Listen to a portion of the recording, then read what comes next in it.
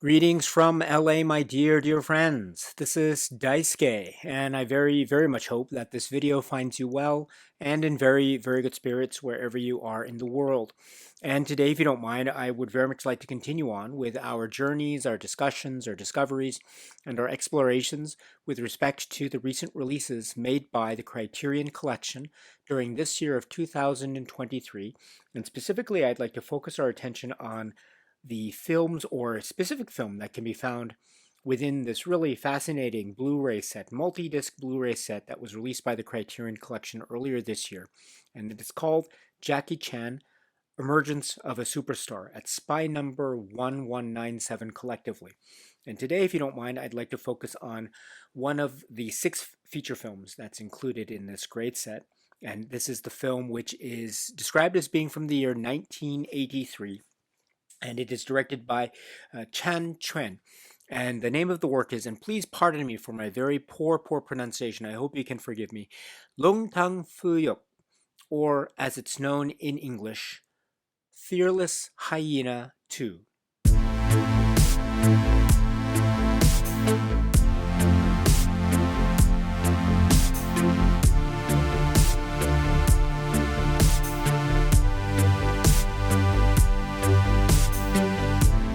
This is the work which is described as being from the year 1983, and it stars Jackie Chan. And although his appearance and involvement in the film is perhaps one of the interesting interesting aspects of this film, which is described also as being written by and being having as executive producer Lo Wai. And so this also is part of, and indeed is constituting maybe the end of the relationship, or the post-end of the relationship, as it were, the professional relationship between Jackie Chan and Lo Wai, which was alluded to in some past supplements discussions from other films in this Criterion set. And this is a film that is also directed by Chan Chuen and starring, among others, Austin Y. Tin Chi and Jackie Chan and James Tien and others. And this is referred to in English as Fearless Hyena 2. And so if we think about this English title, Fearless Hyena 2, it may remind us of an earlier Jackie Chan work, or film which stars Jackie Chan and indeed was directed by Jackie Chan, known in English as The Fearless Hyena, from a few years back. And so here we have a film that could be said to be in many ways a type of spiritual sequel, or maybe trying to take advantage of the now very dominant emergence of Jackie Chan as a real superstar, critical and commercial success talent in the context of Hong Kong cinema. Now we have, in the early 80s, Jackie Chan now has gone elsewhere outside of the context of his production relationship with Lo Wai. And so that will be a topic of discussion when we get to some other films in this set, especially in the context of Jackie Chan and Golden Harvest. But for the time being, we have this film, which is again from 1983, described in English, or known under the English title as Fearless Hyena 2.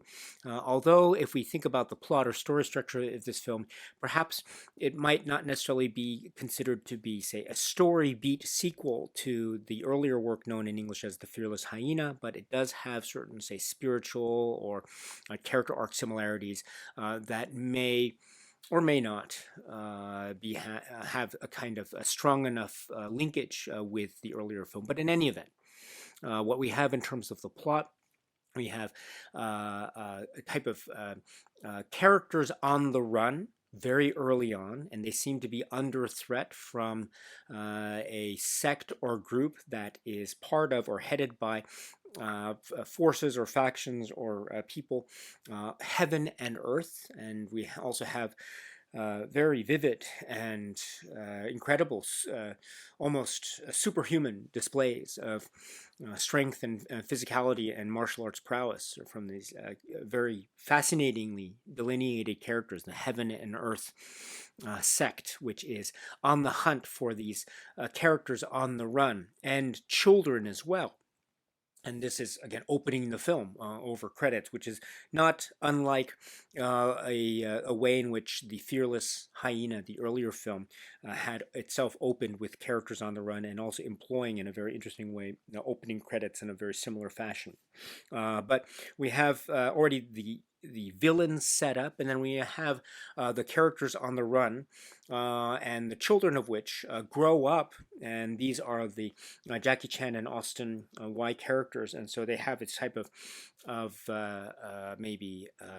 A kinship, a cousin level kinship, as it were, and they get into a level of maybe day to day hijinks, and different sets of character dynamics are set up, in terms of one character maybe described as relying on a sense of sort of handmade technology to sort of buttress his sense of laziness, and also another character that has this almost maybe buffoonish physicality to him. That's a Jackie Chan character, and how he engages with say animals, and being in the wild, as it were.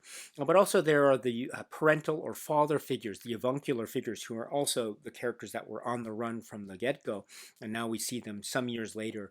Many years have passed, grown up, but also remembering the earlier passages from the film. They are in hiding from, again, these heaven and earth related figures, villains, that do catch up with them. And when they do catch up with them, and indeed chaos and this type of chaotic rampage ensues, leading to death and destruction of a very vicious kind, and quite violent in nature in terms of how it's depicted. Then we have our young characters headed by Jackie Chan, or sometimes Jackie Chan, sometimes not Jackie Chan, and we'll get to that point as well when we get to a little bit about the production of this film. Trying to essentially assemble and get back at the villains that did them wrong, and did their sort of parental figures wrong throughout the course of this martial arts epic drama, which is again known in English as Fearless Hyena 2. So there is, again, it's a type of historical period martial arts action adventure epic. There are doses of comedy. There's a kind of physical, broad humor that sometimes ventures into maybe. And I mean this in a very complimentary way, a type of physical, quote unquote, lowbrow humor, but I think that serves a really effective entertainment purpose value, and that also allows for physicality of scenes, especially those scenes where Jackie Chan and company are obviously involved. There are moments too of fight choreography, and again, it is a Jackie Chan film, or at least in the context of this set, Jackie Chan emergence of a superstar, and as executive producer Lo Wai and company would like to have one believe, it is a Jackie Chan film on the one hand, and we do see Jackie Chan in some of the fight sequences doing in a very comedic way, introducing a sense of comic buffoonery on the one hand, and things like bodily functions and foot odor used to great effect when combating enemies or combating opponents in martial arts standoffs. So it does have that wonderful trait to it, which I think is very entertaining. And also there are, and as I mentioned, there are moments where the violence quotient is quite startling. Especially when these villains come and launch their attacks. There are some pretty shocking scenes of physical violence, immolation or burning, and also this type of bloodletting involving very intricate and scary looking items of weaponry, etc. So it's not a assault on the senses type of depiction of on-screen violence per se, but there are these moments of flashes of on-screen violence that I think is not dissimilar to this type of brief flashes of momentary violence that we saw in other Jackie Chan films that are included in this set, such as, say, A Half a Loaf of Kung Fu, for example. But also, like those other earlier films in the set, there are equal doses, or fairly, I think, large heapings of of humor and this type of madcap hijinks, mistaken identities, and a broad physicality of comedy, etc., that I think is also meant to balance out some of the more intense street brawl type of action set pieces that also have this type of superhuman quality to it, especially when we see the extent to which some of the skills of the performers of the martial arts are concerned. So it does have those elements of the types of martial arts historical epics, excuse me, that we saw in the context of the Jackie Chan Lo Wai professional collaborative relationship, as evidenced in some of the earlier films, for example, the films that are included in the set. But we also have to keep in mind, and we are reminded too of some of the comments that were found in some of the earlier supplements, about how Jackie Chan and Lo Wai's relationship essentially disintegrated to the point where Jackie Chan the historical record, as recounted to us in the commentary track to the earlier film, The Fearless Hyena, reminds us about how there was a contract between Lo Wai's company and Jackie Chan, but that there was some falling out, or there was a type of movement in terms of a very close personal, a person with Jackie Chan moving to another company called Golden Harvest, and so Jackie Chan also decided to follow suit, which which essentially caused a huge rift, both professionally and I dare say also personally. That's my understanding, based on some of the comments from the commentary track again for The Fearless Hyena.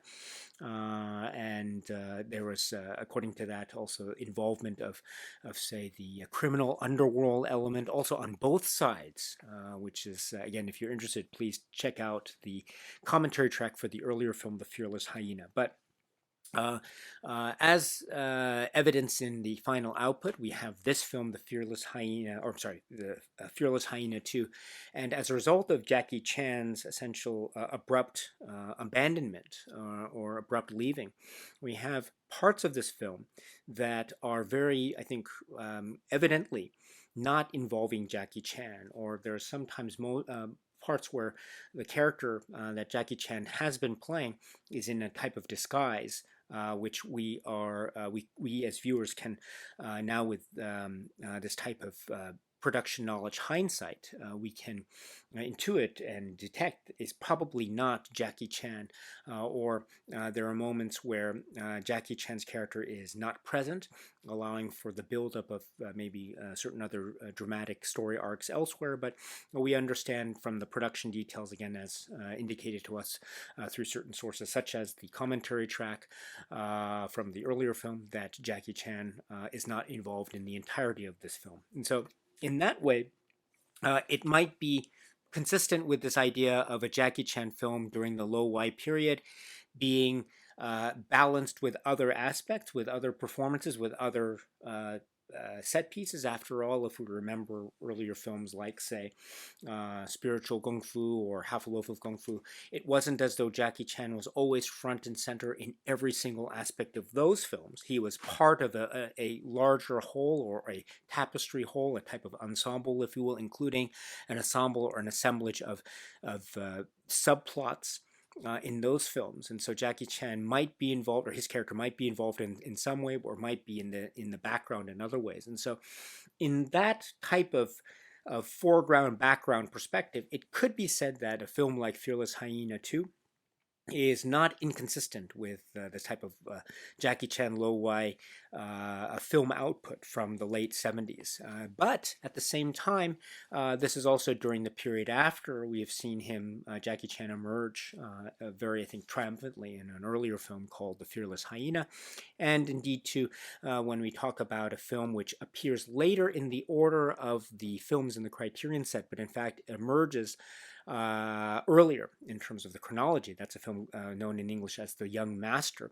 We see more evidence of Jackie Chan's on-screen persona more and more front and center in a manner of speaking. And so when we have those examples to fall back upon, looking at a film like Fearless Hyena 2, there seems maybe it's also tempting to look at Fearless Hyena 2 not necessarily as an ensemble piece per se, but looking at it as being a film where Jackie Chan does not appear in the entirety of the film. And so I think both viewpoints are possible, and understanding what the production history is and how that colors or that potentially colors one's viewing of Fearless Hyena 2. That's also, I think, a very legitimate and reasonable stance to take when watching Fearless Hyena 2, thus perhaps leading one down the path of regarding it as quote unquote a lesser work in the context of Jackie Chan's filmography. And if you feel that way, I think that's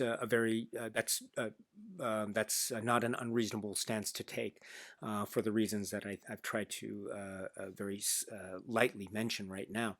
But I don't want to take away from, as I mentioned, some of the quite entertaining and quite upfront aspects of this, and the performances of others such as James Chan and others, who I think always add a sense of gravitas and a real energy to their presence and roles. And that's certainly the case with the ensemble as it appears here. So it might not be topping the list of, say, my favorite Jackie Chan films. And indeed, it might not be my favorite film in the set, let alone my favorite film of the ones that Jackie Chan has appeared in. But I do acknowledge that there are also a number of entertaining and quite shocking aspects of this film that I think add to the spice of the entertainment realm. And I should also point out too that I like the way in which the heaven and earth villain aspects are presented. I mean, it does show I think one of the great things about Jackie Chan's films as they progress is how sometimes in some films in particular how the villains are sometimes they're presented quite strongly, sometimes admittedly maybe not so strong relatively speaking, but I would say that for me some of the villain showings in, say, the earlier film called The Fearless Hyena and this film Fearless Hyena 2, I think the villain showings here are quite impressive indeed. So I mean these villains are very memorable in their own way, very unique in the pantheon, at least also in the context of these 6 films. So that's another strength that is part of this film, Fearless Hyena 2. But I acknowledge at the same time that this might be regarded as being, quote unquote, a lesser film in the context of Jackie Chan's canon. And that's, if you feel that way, I think that's a totally okay approach to have, but also acknowledging or regarding the other aspects of this film that are very entertaining in their own way, with Jackie Chan, and also regarding others that are appearing here.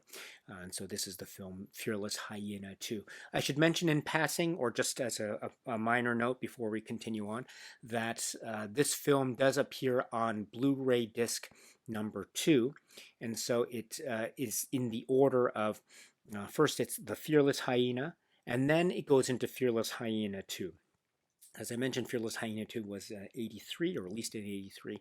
Then after this, the order goes into The Young Master and My Lucky Stars.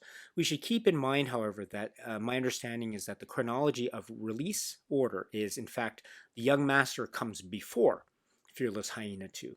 But I think for purposes of keeping the Fearless Hyena and Fearless Hyena 2 together, I think it maybe makes sense to have those two on their own separate Blu-ray disc. And so that's what we have here in terms of the Criterion release regarding this film, which is Fearless Hyena 2. So, as I mentioned, the Criterion Collection has released this film, Fearless Hyena 2, as part of this Blu-ray set, multi-disc Blu-ray set. Jackie Chan, Emergence of a Superstar, again, collectively at spine number 1197. There are no separate individual spine numbers assigned respectively to the films individually, but that's okay. Again, we have 6 films in total, spread out over 4 Blu-ray discs. In the player right now, I have Blu-ray disc number 2, which has the films The Fearless Hyena and Fearless Hyena 2. So please note once again the year release chronology point in the context of these films, and also The Young Master, but note the order in which they appear in the Criterion release, having the two films, the Fearless Hyena and Fearless Hyena 2, together on one disc, which is Blu-ray disc number 2. And so when I press Fearless Hyena 2, it goes into displays of the movie chapters, the trailer, which appears here, and setup. I should point out that the setup indicates audio options, which are original monaural Cantonese soundtrack, and then 5.1 soundtrack, surround Cantonese soundtrack, excuse me, and then English dubbed original soundtrack, or described as original soundtrack, and then there's an alternate English dubbed soundtrack. And so about the masters, let me just point out regarding Fearless Hyena 2, as it's mentioned here in the booklet on page 28. Let me quote again. About the masters. Digital restorations of Half a Loaf of Kung Fu, Spiritual Kung Fu, The Fearless Hyena 2, The Young Master, and My Lucky Stars were created from the 35mm original camera negatives, with Half a Loaf of Kung Fu mastered in high definition and the other 5 features mastered in 2K resolution. Scanning for all the films was performed on an Aeroscan film scanner. The original monaural theatrical mixes and original English dub tracks, when available, were provided by collectors dedicated to the proper preservation of Hong Kong cinema, while the 5.1 and 2.0 Cantonese tracks were made from optical soundtracks. The alternate English dub track for Fearless Hyena 2 was provided by Fortune Star Media Limited. And so there's information about that such alternate English dub. So I watched this film a number of times based on using a separate audio soundtrack option for each of the watches. So a very interesting selection here. So as I mentioned with earlier discussions of the Jackie Chan discs here, these films overall, and in the hands of Criterion, they won't be, or they shouldn't necessarily be regarded as being be all end all, the absolutely quote unquote greatest releases of these Jackie Chan films that's ever been had on physical media, all encompassing everything included up to now. That's not the case for these films. And so let's keep that in mind, of course. But if you're looking for a one-stop shop, as it were, something that has not all of the Jackie Chan films during this period, but I think a lot of the good ones, and a good place to go in particular for people who might be wanting to get to know a little bit more about Jackie Chan, but maybe not necessarily knowing where to begin, I think this is a great place to go. And it does show, too, I think, the way in which Jackie Chan is now becoming this huge star, and how his on-screen character is being utilized in a way, even though he might not be physically present, in a manner of speaking. So that is, I think, an indication of how much his star has emerged, or is emerging at this point in the early 1980s, as well as how it relates and compares with, say, other films that have appeared in the Jackie Chan canon up to now. So it's good to have this included as part of this set. Again, it won't be the be-all, end-all for every single Jackie Chan release, and again, in that way, maybe for some, this might be seen to be maybe paling in comparison to other physical media releases of these films. If you feel that way, that's a completely legitimate and fair approach to have. But for those who are looking for a good place to go, and that has the films, including Fearless Hyena 2, which I think is a really interesting source of entertainment. For others, it might be maybe not necessarily major release in the canon of Jackie Chan, or maybe it's an interesting curiosity in the context of Lo Wai's relationship with Jackie Chan and what happened, and Golden Harvest, and we'll get to that in terms of the last two films. Or it might be a film that you're really into. Whatever the case may be, it is available for your viewing delights and pleasures as part of this set. Again, Blu-ray disc number 2.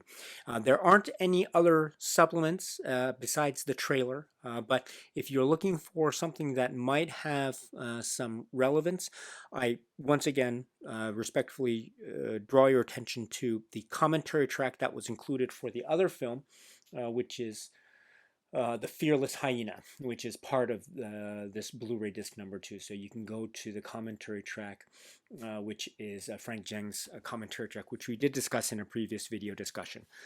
So please check that out if you can, again, for discussion primarily on the earlier film, The Fearless Hyena, but there is some talk about Fearless Hyena too, and Lo Wai and other aspects. So that might be interesting to check out. It's a shame there aren't any Fearless Hyena 2 specific say its own commentary track or its other supplements. It's besides the trailer, but that's how these things go, I suppose. So there's that discussion. I should also make a quick point that in the booklet, which we will talk about in a separate video, there is an overall comprehensive essay. But it does have some comments about Fearless Hyena 2.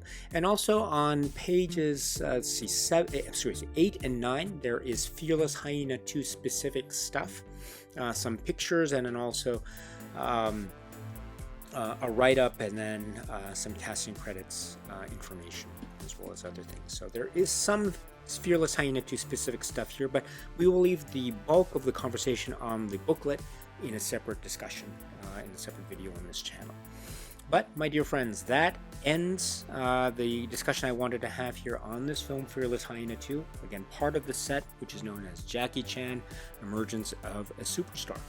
So, my dear friends, that's it for now. And so until we meet again, please be happy and healthy and well. And please keep on watching a lot of great movies, including the films of Jackie Chan, including the films in the Criterion collection, and of course, films in the beyond. So until the next video, my dear friends, stay strong, stay safe, and cheers.